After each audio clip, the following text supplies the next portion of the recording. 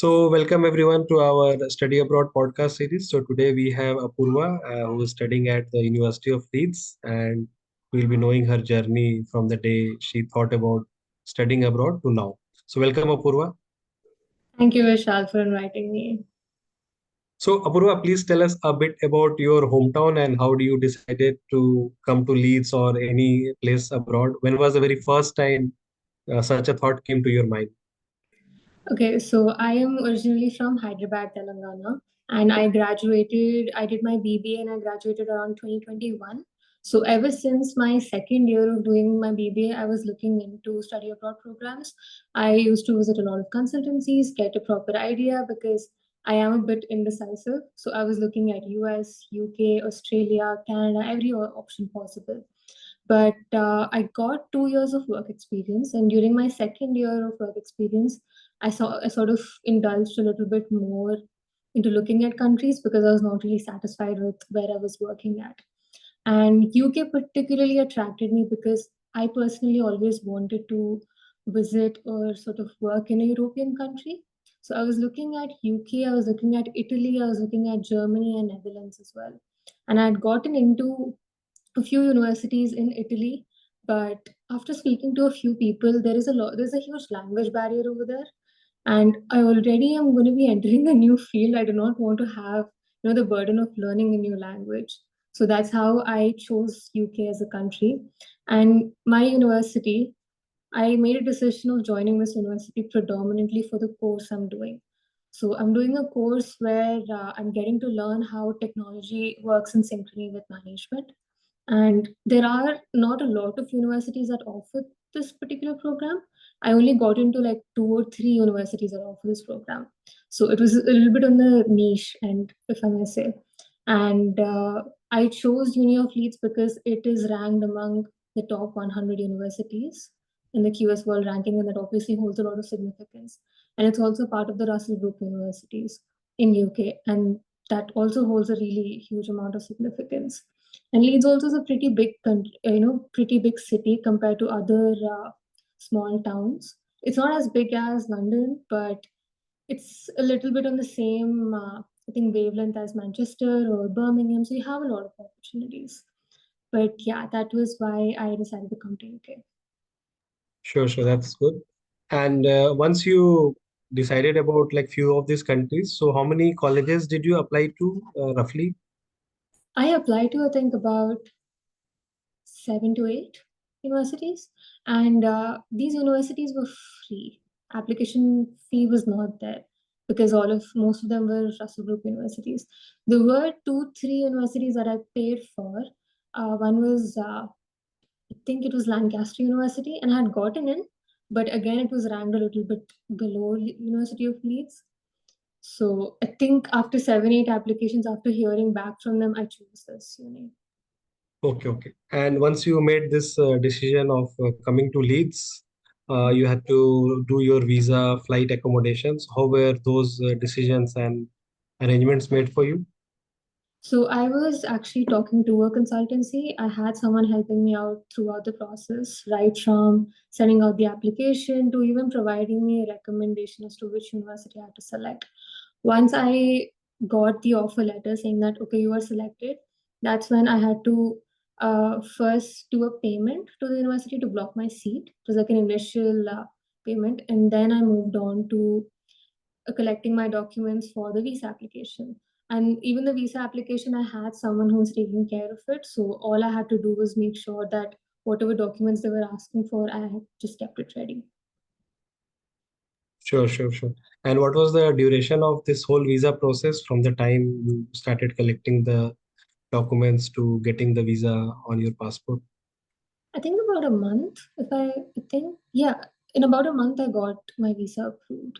I got into Leeds pretty late because University of Leeds responds very late. So I think around July or something, I got to know that I was accepted and I was rushing from then. So I got my visa around like July end or something. Sure. And once you got your visa done, you had to do your accommodation and flight. So how did you decide on that, and which one did you take there? So there are two ways you decide on your accommodation. One is you can look at options and also select an accommodation before you get your visa as well. So these accommodations do not provide any sort of guarantee to give your initial payment back or deposit back. But I did not choose that option. I waited until I got my visa. And because of that, the amount I had to pay for my accommodation was a bit higher because I booked it at a very later time. So once I got my visa in hand, I started looking at accommodation options. There were a lot of websites. You have Amber, you have Uniacom, you have Unipol. I went into that site. I did not go into sharing houses because I was not really that comfortable about it. And around the same time, I also decided on the date of flying into the UK. So according to that, I think I booked my accommodation and my flight within like a week or 15 days. And which flight did you take? Which airlines did you choose and why? I chose Air India because I had another friend of mine who was also traveling with me. I did not want to choose Air India, but she already booked her tickets because she got in the uni way before me. And because it was my first time traveling alone to another country, my parents were a little bit more adamant with me traveling with a friend. So that's the reason I went with Air India. So Air India was like Hyderabad to like Delhi and London, like that. What was the flight? Uh, Not Delhi. I think it was Hyderabad to Mumbai and then Mumbai to London. Okay, and then London to Leeds. How did you do that? So there are different ways you can travel. Because I landed and I did not really have any idea. Luckily, I also had two friends who came to pick both of us up. So we were four people. And there was a flight delay. So we had to stay back in London itself for that night. And it cost us a bit because we were not prepared. And the flight, it landed almost like 4.5 or 5 hours late. So that's something I would advise people to look out for because the duration that takes to travel from London to Leeds, it differs from the mode of transportation you're choosing. If you choose a bus, it will take 7.5 hours. Whereas if you choose a train, then it might take 3.5 hours. But these modes of transportation might not be available depending on the time you're landing. So what I did was we landed and then we stayed in a hotel for that night. Next day morning, we took the underground metro, the underground tube in London, and we reached at the main King's Cross station. And from there, you can change into like the main train line that goes to Leeds train station because Leeds doesn't have a tube or a tram. So it took me about 3.5, 4 hours to reach the Leeds train station. And from there, my accommodation is about a 25-minute walk. And I was a bit adventurous. I should have booked a cab, but I was also already like, oh, I spent too much. I don't want to spend more. So me and my friend started dragging three of our suitcases. And once we reached a point, we realized that my accommodation was an uphill. And it was a very big uphill. We tried, but it started raining. We gave up, and both of us did not realize what to do. And for some reason, we were not able to book a cab as well. So we called another friend of ours who she was going to another university with her friend. So we called them. They booked a cab on spot, and then I reached my accommodation. I reached pretty late, and I reached all drenched. Okay, so in the new city and all, lot of adventures happened to you. Yeah, I landed and just one adventure another. Anything happened during your transit before, like in Mumbai or anywhere else? In Hyderabad? Mumbai, my flight got delayed for 4 hours. 1 hour in the terminal and 3 hours we were just sitting in the flight and it was not moving. Yeah, Oh, okay. So that was the a bit of a boring part, that sitting in the flight. yeah. That It's, was the delay. And also, once I landed in London, you have immigration check, right? uh, The line was ginormous. No one warned me. I did not expect such a big line. Already, we had like what a 13 or 14-hour flight. We were exhausted, and you have to stand in that line. You can't sit. And it's like Tirupati. What do you yeah. say? It's like a maze. So you have almost like 7 to 8 rows filled with people. And if it's a peak hour, you can't do anything. You have to stand there.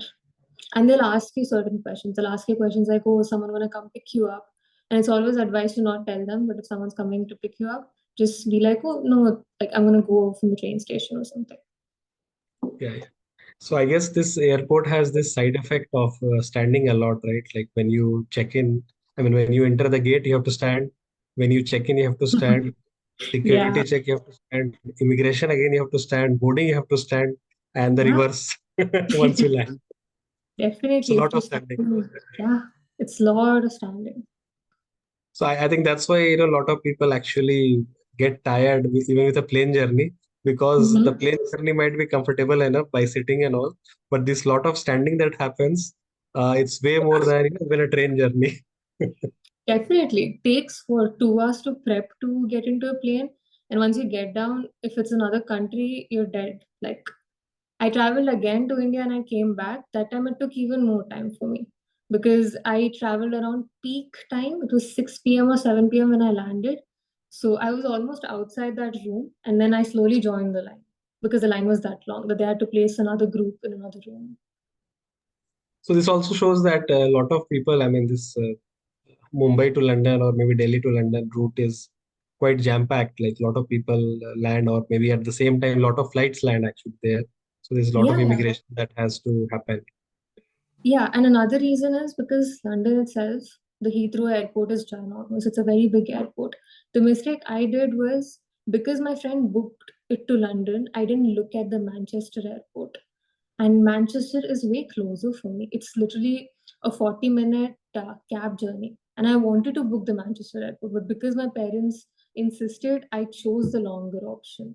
So if you are coming to Leeds, I would definitely advise looking at Manchester because there will not be any sort of immigration. Your immigration line or your immigration check will take about 5 to 10 minutes because it's a very small airport. Not a lot of people know about it. Yeah, and the people who will land in the Manchester will be, targeting just Manchester or neighborhood. They are not going to Yeah, have like other things happening, etc. Whereas London will have a lot more things. definitely. I agree.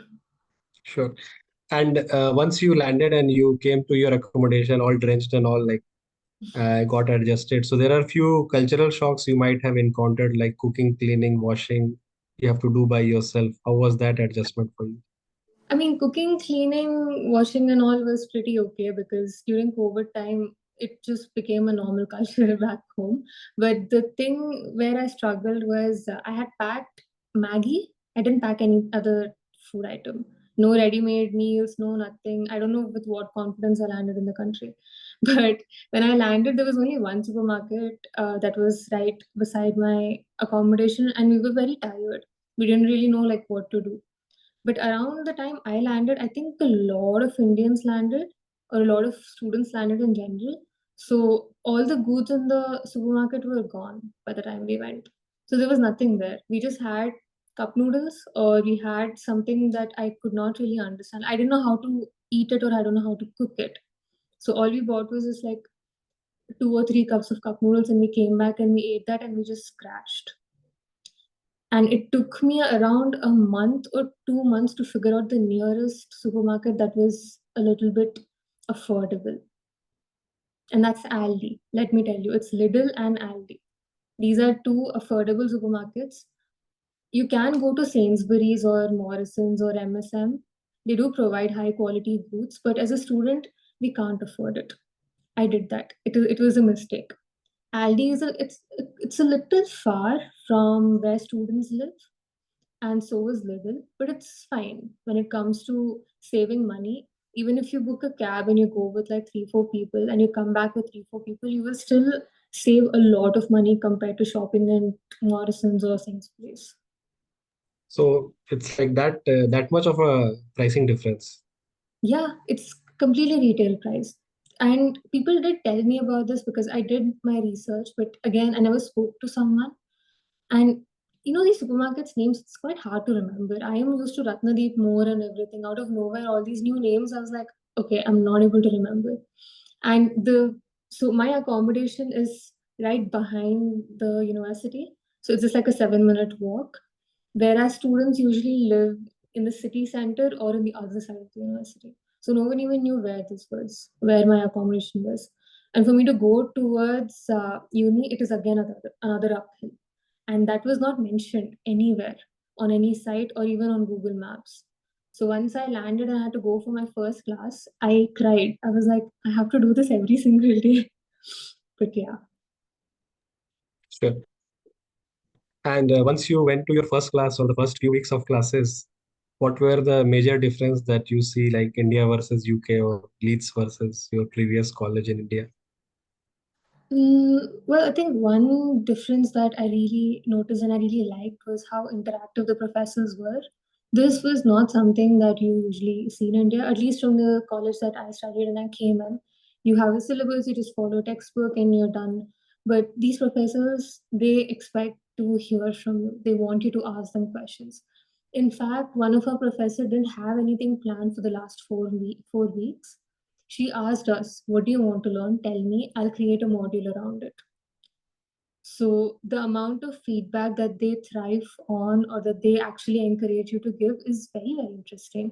And yeah, I did not I expected few Britishers to be in my class, but then it was filled with a lot of Chinese people. Even Indians, I think I only had like 10 people in my class. And the strength of my class is pretty low. I think we were only like 45 or 50 students, and that seven or eight were Indians. And there was just one Britisher in the entire class. Remaining all were either from China or they were from Nigeria or Indonesia or Syria. So it was quite a diverse class. That was interesting. So there was like this was like anti cultural shock then, that you didn't find the local culture in the class. Yeah, yeah, definitely. But it's a nice class. I like my batchmates. Sure, sure. And after this attending classes after a few weeks, etc., there are a lot of students who do part-time job, internship kind of thing, joining clubs, etc. So, what all clubs or internship or part-time jobs did you do? Any experience in this regard? Yeah, and there is an advice I would like to give here. So when you land, you need to get your BRP. I took time because I was like, oh, it's okay, it's BRP only, like I'll get it around say. But so the three documents you need to get. One is your student ID, you get it in the university, and then you apply for your BRP. And once you get your BRP, that's when you apply for something called a national insurance number. Now, if you don't have an NI number, you can't apply for jobs. And NI number takes time. NI number takes about 15 days to get issued. Before that, you apply for your BRP. Before that, you apply for your student ID. So it takes about a month to get your documents sorted in order to apply for a job. That's why students tend to come quite early because September, whatever jobs are there, they're gone. And it doesn't matter if you join a particular club or you network once you land. The preparation should start from before itself, if possible. Network on LinkedIn, talk to people, build connections so that you make friends with people who are already working here and they can recommend you to come join because they would be moving past their part time stage. But you can definitely join university clubs. They do help, but again, it's just better to make sure that you're well acquainted. And there's this other app called JobLink. It's join the app 1 month before because it takes time for the app to register you.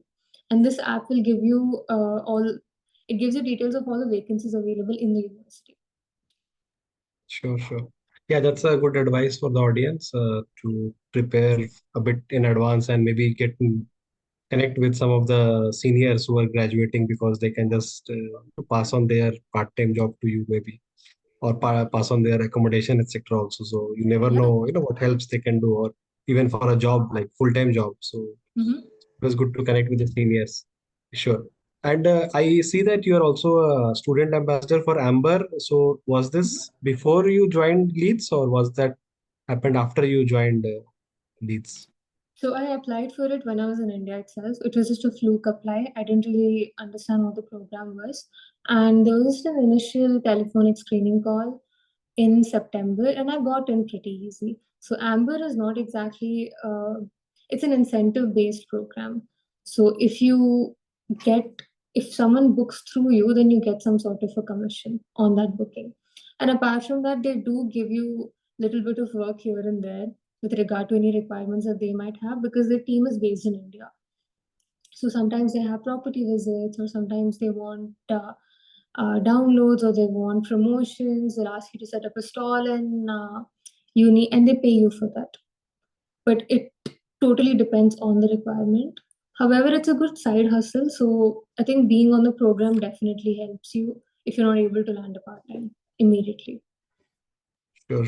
And you mentioned you had some work experience before joining Leeds also. Mhm.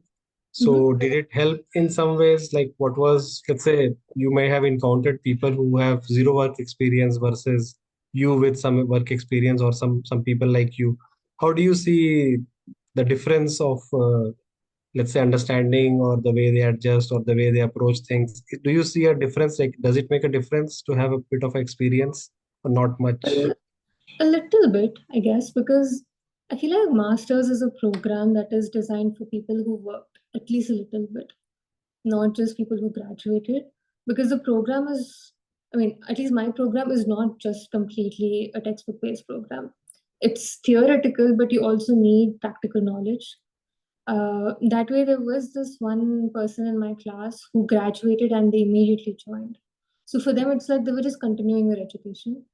Whereas for me, I graduated, I was done studying in 2021, and I had to like pick everything up again because that culture of me studying was gone. I was a working professional. So to sort of get indulged again into, researching or writing or giving assignments and all was something new for me. So the culture shock was actually reverse. People who graduated in 2020, let's say people who graduated this year, I think it would be a little bit more easier for them. So because it's just like they're continuing their education.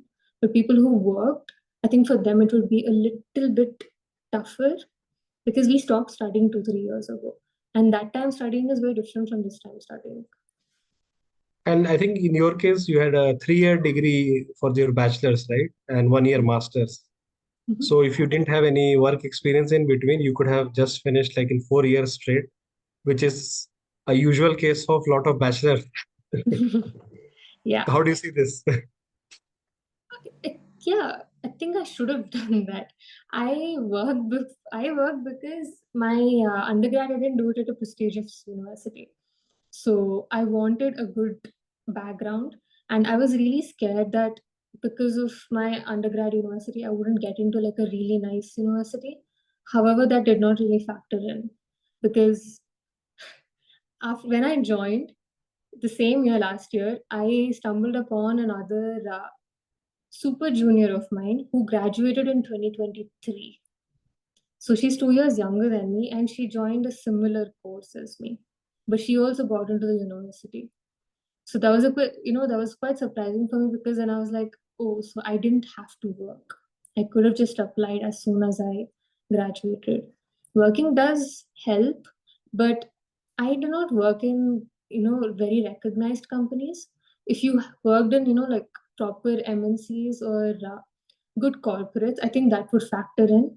But again, it depends on how you present yourself to a company, and it depends on, let's say the company requires a customer facing person, it's a customer facing role, you need to modify your CV, you need to modify your work experience. Even if you haven't done something like that, you need to word it in a way where people can relate that okay, they have that experience. Because in the UK, they want UK experience only when it comes to anything, and that's the first experience is quite hard to get. Sure, sure, sure. I think that's where the part-time job or the internship might help a bit to Yeah. boost the CV. Sure. Mhm. What's your aim for the next few years? So I am gonna be trying to get a job in the UK as much as I can. The job market's not that great. I have been trying since the day I landed, but oh, this was something I wanted to mention. So the corporate applications for graduate programs, these are programs that are designed for graduates, and these are programs that are designed by big companies. The applications they end by either September end or October end of this year, and you will be hired for the next year. So people who are coming for this intake, they have to be prepared because these applications are tough and they're very, very hard to crack. So if your resume is not ATS friendly or you didn't modify your resume properly, your application will get rejected and you won't be allowed to apply for the next 6 months. Okay. So So like some for some companies have, companies, yeah, some yeah, some companies companies, they have some this companies. 6 months of wait period like for the next pre-application. Some companies. For example, I was looking into consulting companies like McKinsey. I applied in October last year. I didn't get selected, and I couldn't apply for the next 6 months. So I recently applied again, and I got into the next round, but I didn't get selected in the assessment round. Now, again, I can't apply for the next 6 months. So I think I can apply after a month or two. So for me, McKinsey was my target, and I just kept skipping it. But there are other companies that might have this policy. You just have to look into it. But Yeah. yeah, they end, the applications end. No one talks about this, but it's like you come, you settle in, you're just getting acquainted to the weather, to the culture, to your university. No one looks into applying for jobs immediately. But if you want to crack a job for by the time you graduate, you need to crack into these applications because August, September, October, November are peak hiring months in the UK. Sure, sure. No, that's a good point to be prepared and look for internship jobs, etc. As soon as you land, or maybe during your study abroad application itself, like you start Definitely. putting in Yeah, your mind that I'm coming, please have a yeah. seat Yes. for me. Sure. So Apurva, coming to the very last question. So I think you already Mhm. gave a lot of advice. So maybe finish up with one or two more pro tips for our study abroad applicants, whoever is planning to go abroad or thinking about going abroad. Anything you want to add on the tips? I would say if you do not have a picture on your LinkedIn, put a picture. Have a profile picture and have a cover photo. Cover photo is very, very important. Not just your picture, background, put your name, put what you want to do, put your email address and your phone number. And if possible, make sure that you remain as active as you can on your LinkedIn. Optimize it because LinkedIn is what's going to get you recognition. And right now, even though companies put out applications for jobs on LinkedIn or Indeed, they hire only on referral. So let's say there is someone working in that company, you networked with them, you spoke to them, and somehow you convince them saying, oh, I want to apply. And if you send your application to them and they send it to the talent team, then in that bundle of 300 or 400 applications, your application will never go into that. They will look at it separately. So your chances of getting an interview will increase, not a job again. Networking is very, very important. And there are a lot of networking events. You can download apps like Eventbrite, at least for Leeds. Eventbrite, if you download, it lists out all the free networking events that are present. From day one, I would advise go meet people, and people are very friendly, very, very nice. That was another cultural shock. In India, it's not like that. People will sit, they'll stand, they'll talk to you, just seem interested. Even if you don't know, yap a bit. They will listen because people want to tell, what they're passionate about and network, build connections, and through that apply. That will definitely help. So I guess you also recommend then build your LinkedIn profile from like very school days maybe, or your first year of college at least, because I think a lot of people don't even have LinkedIn profile till they get into probably professional life, or even like to the master's college or even bachelor's college. So there is a lot Yeah, of knowledge gap is there in this in terms of networking as such. definitely. I was like that. I'm forcing my sister now. She's in her third year biotech and she hates LinkedIn. She hates it because she can't figure it out. She fed her undergrad details thrice and she couldn't delete it and she just left it like that. So I'm still trying to convince her to, start like being active on LinkedIn because that's the only way you can get through. Yeah, and what I feel personally using my LinkedIn is it's easy to get connected to somebody via LinkedIn, whereas on other social media, you restrict your profile and there's like no open connections that can happen, and you Yeah. can be pretty much like a Mr. India, invisible from the whole world with your small set of people. Whereas in LinkedIn, there is no Mr. India thing. It's like the Miss Universe kind of thing to be Definitely. openly available to connect, and obviously then people can decide if they want to connect with you or not, but you can definitely send Mhm. connections. And That's how we found you also probably. So that's like something we advise anyone that use LinkedIn. And I have used LinkedIn to connect to a lot of people, and obviously it's not like you can connect to everyone. But yeah, if you try Mhm. to connect with 100 people, probably you can connect to 5-10 people definitely using that. Not Yeah. much of a money investment. Time will be invested a bit, but as a Mhm. student, you probably have more time than money. So it's very ideal for your conversion. No, it is. It is. It increases your inbound inquiries also. So if you stay consistent in the future, let's say the job market becomes surprisingly good, recruiters might actually start texting you saying that, oh, we found your profile to be interesting and relevant for this particular job. Would you be interested in applying? And I know people who got those messages like that. So I'm waiting on that because I'm working on my LinkedIn extensively now. That's great. That's great. Yeah. So good to know about your experiences, Apurva, and we had a good discussion and great insights for our audience. So thank you very much for your time. And after this podcast finishes, we are going to put it on YouTube and LinkedIn. So probably some people might connect with you. So feel Mhm. free to accept or reject them according to your preferences. Definitely. No, it was a pleasure talking. Thank you so much. Okay. Take care then. Bye. Bye bye.